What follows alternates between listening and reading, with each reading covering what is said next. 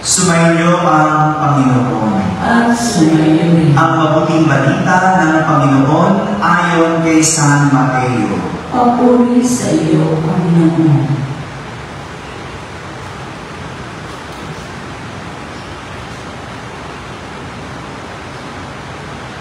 Noong panahong iyon, sinabi ni Jesus sa kanyang mga alagad, "Narinig ninyo na ang noong unay iniutos sa mga tao, huwag kang makikiapid.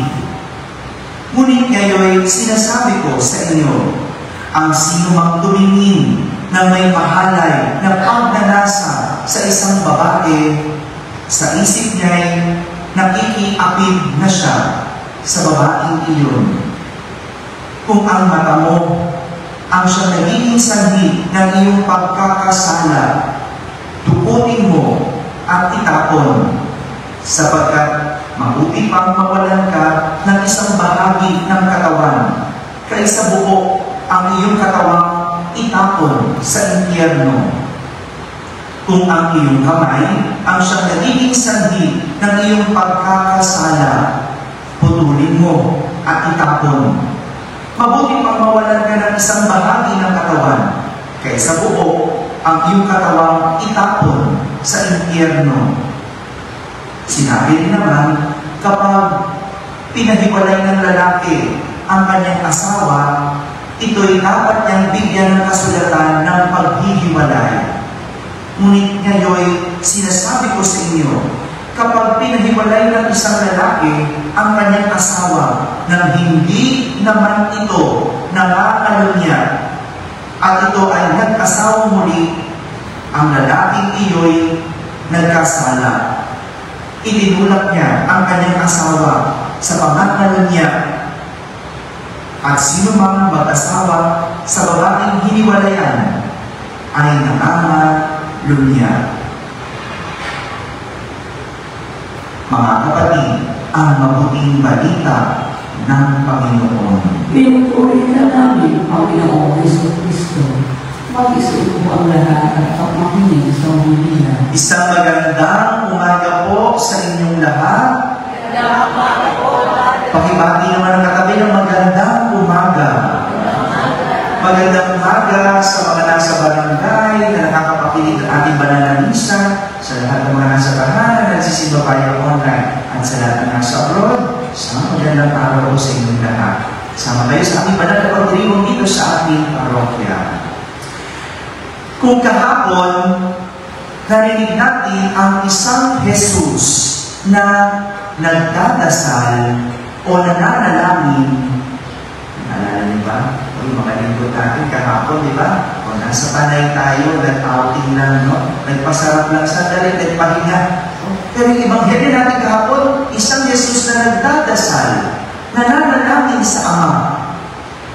Ngayon naman, isang radikal na Jesus ang ating narinig sa ebanghelyo. Sabihin niyo nga po, radikal. Radikal.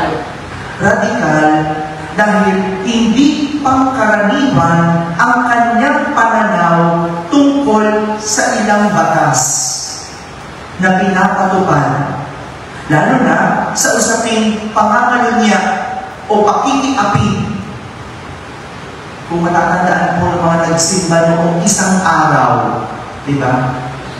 Si Jesus, pinapaliwanag niya yung kanyang sarili sa mga tao. Anong sabi niya? Hindi ako naparito para ipawalang bisa ang batas, kundi para tuparin at ituro iyon. Di ba? Ano niyo yun? Kasi pinaparatahan siya na hindi tinutupad ang batas. O, ngayon naman, radikal si Jesus tungkol sa batas. Kaya totoo yung sabi niya hindi sa hindi ko tinutupad. Nandito ako para tuparin iyon, ganapin iyon, at ituro. Ngayon, nagtuturo si Jesus tungkol sa batas, lalo na sa batas na usaping tungkol sa pangangalanya at pakikiapid. Radikal siya kasi hindi pangkaraniwan ang kanyang pananaw. Kasi ang karaniwang pananaw ng tao sa pakikiapid ay kung pumatol ka sa asawa ng iba. Tama? Di ba ganun yun, no? Pag sinabi mong pakiapid, dapat pumatol. Yan ang alam natin. Pumatol sa may asawa. Iniwan ang asawa para sa iba. Yan, pakikiapid yan. Yan yung pangkaraniwan. Pero, para kay Jesus, dahil radikal ang kanyang pananaw, ang sabi niya, ang sino mang tumingin ng may mahalay na pagnanasa sa isang babae, sa isip niya'y siya'y nakikiapid sa babaeng iyon. O diba? Tingin pa lang ng may mahalay, para kay Jesus, isa ng uri ng pangangalo niya. Diba, radikal? Diba? Hindi pangkaraniwan o para sa iba, hindi pa ako nangangalo niya. Tumingin lang naman ako. Sumilip lang naman ako. Diba? Ganyan ang palisod natin eh. Kasi ang pananaw natin, karaniwan, dapat pumatol. Bago mo sabihin, nakiapid. Pero para kay Jesus, dahil radikal mag-isip, hindi pangkaraniwan, tingin pa lang na may mahalay, pangangalaluya na. Kaya nga para kay Jesus, ang radikal na dapat gawin, yung hindi pangkaraniwan, ano dapat? Sabi niya, kung ang mata mo ang siyang naging sanhi ng pagkakasala, tukutin mo at itapon.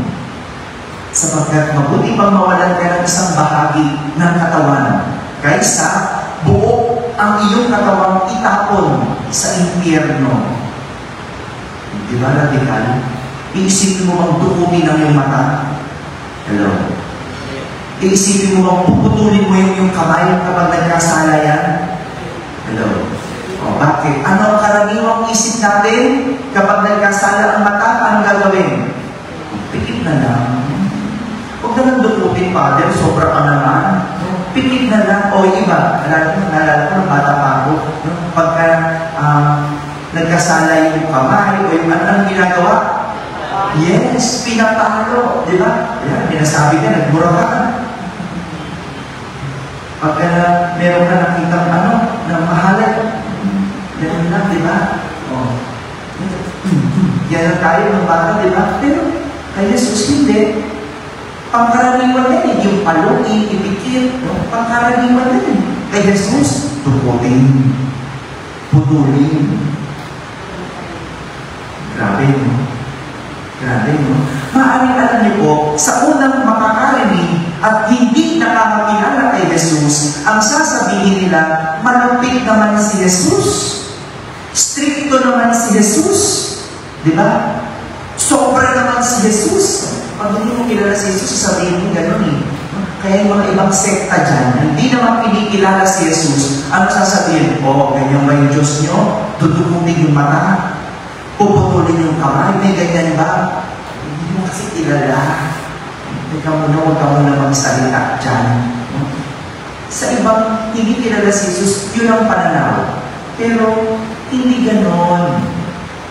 Dahil ang gusto lang ituro ni Jesus ay disiplina. Sabihin nyo nga po, disiplina. Disiplina. Disiplina, ibig sabihin, isang training o pagsasanay. Sa diksyonaryo, ang sabi, ibig sabihin ng disiplina, the act of training and the resulting state of self-control and obedience. So, ibig sabihin, ang disiplina, hindi pagpapahirap. Bagamat may hirap, mahirap, dahil isa itong pagsasanay ng isang hindi pangkaraniwan. Pagsasanay ng hindi pangkaraniwan. Sa disiplina, tinuturuan tayo ng bagong kaalaman na mas mataas sa ating kaalaman. Yun yung disiplina. Yung sinasanay tayo sa isang pagkilos na hindi natin nakasanayan o hindi pangkaraniwan. para mas lalo pa tayong gumaling, para mas lalo pa tayong maging maayos at maging mabuti ang buhay. Halimbawa, kung ikaw ay sanay magmura, hello, shout out sa mga palamura. Di ba? Para sa karaniwan na lang yung nagmumura. Di ba? Nagulat na, nagmura na. Tinawag na yung anak, minura pa. May nahulog na, nagmura pa. May ganyan eh. Yung tao, parang pangkaraniwan na lang sa kanilang pagmumura. Dahil hindi sanay na hindi magmura, ang hirap nun. Tama? Ang hirap baguhin. Tama? Oh. Yan yung tinuturo. Yan yung ginagawa ng disiplina. Binabali, inaalis yung mga pangkaraniwang ginagawa at tuturuan ka ng hindi pangkaraniwan para mas maging mabuti. Para sa palamura, ano ang hindi pangkaraniwan? Hello? Eh di hindi magmura. Diba? Kasi karaniwan sa kanya magmura eh. Yung hindi magmura, yun ang hindi karaniwan. So ang hirap. Pero yun yung disiplina. Tuturuan mo sarili mo, papalitan mo. Sa halip na magmura, ibang salita na lang. Ano sasabihin mo? Candy. O yan, palitan mo lang ng candy. O, di ba? Ang gandang salita, di ba? O, ano naman yung Father, galit ka na, sinasabi mo pa, candy. O, disiplina yan eh. At least hindi ka nagmura. Di ba? Ganon din. Ganon din, kasi pinapalitan yung habit. Marami sa atin, alam ang tama at mali. Ngunit kahit alam ang tamang gawin, napupunta sa mali dahil hindi sanay sa tama. Sanay gawin ang mali. Alam ng mali ang magnakaw, pero dahil sanay mangupit, anong ginagawa? Namungupit. Yung konting ibo, kukupit. Inutusan mo lang ng konti, kupit. Inutusan mo lang, papatungan pa. Hello? Diba? Alam naman mali. Mangupit. Pero dahil sanay mangupit, lahat na lang ng bagay may pangungupit. Ganon din. Alam ng tamang pumasok ng maaga, pero dahil hindi sanay, laging sanay late, hindi na disiplina. Kaya tinuturo, disiplina, maging maaga. Naintindihan niyo po. Yun ang punto ni Jesus. Ngayong araw na ito, pinagdiriwang natin ang kapistahan ni San Antonio de Padua. Si San Antonio de Padua, sa edad ng 15 taong gulang, pumasok na sa monasteryo. Hindi pang karaniwan. Kasi pag 15 anyos ka, anong karaniwang ginagawa? Anong ginagawa? Papapasarap binata eh. Di ba? Nagbibinata ka pala. Anong ginagawa ng binata? Tambay.